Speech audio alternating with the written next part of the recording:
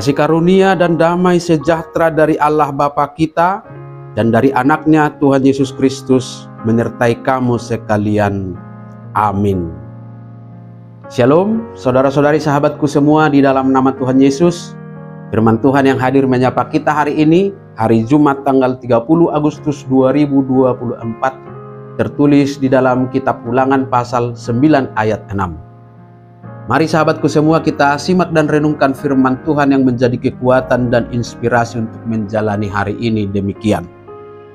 Jadi ketahuilah bahwa bukan karena jasa-jasamu Tuhan Allahmu memberikan kepadamu negeri yang baik itu untuk diduduki. Sesungguhnya engkau bangsa yang tegar tengkuk.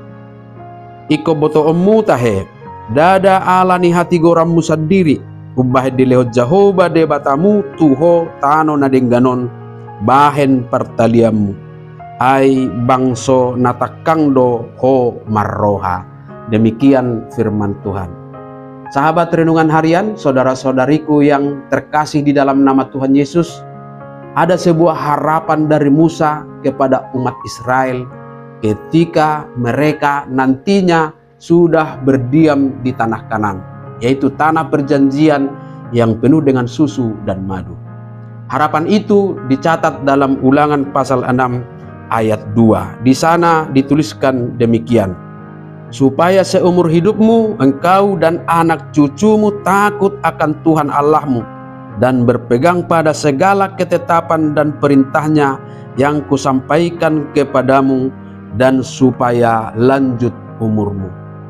Musa benar-benar menjadi orang tua dan pemimpin yang memotivasi umat, sekalipun ia tidak ikut serta lagi menikmati kehidupan di tanah Kanaan.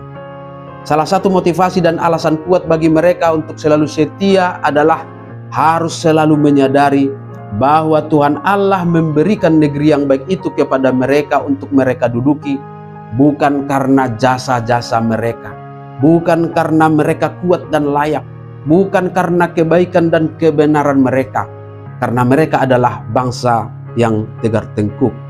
Tanah itu adalah anugerah. Mereka menerimanya dari belas kasih dan kemurahan Tuhan. Maka layaklah mereka harus hidup menurut perintah dan aturan yang Tuhan tetapkan, dan harus mengajarkan itu kepada anak-anaknya dari generasi ke generasi, dengan mengasihi Tuhan Allah dengan segenap hati dan dengan segenap jiwa dan dengan segenap kekuatan. Sahabatku yang terkasih, firman Tuhan ini sangat relevan bagi kita hari ini.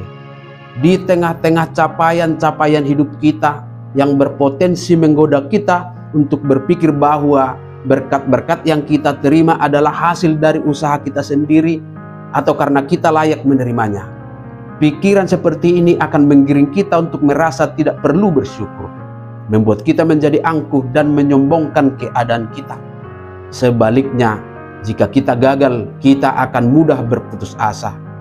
Tetapi firman Tuhan mengingatkan kita bahwa segala sesuatu yang kita miliki adalah hasil dari kasih karunia Tuhan, bukan karena kebaikan atau kekuatan kita sendiri. Maka kita diajak untuk mengakui ketidaklayakan kita di hadapan Tuhan dan mengingat bahwa setiap berkat, setiap capaian kita adalah karena kebaikan dan kasih setianya.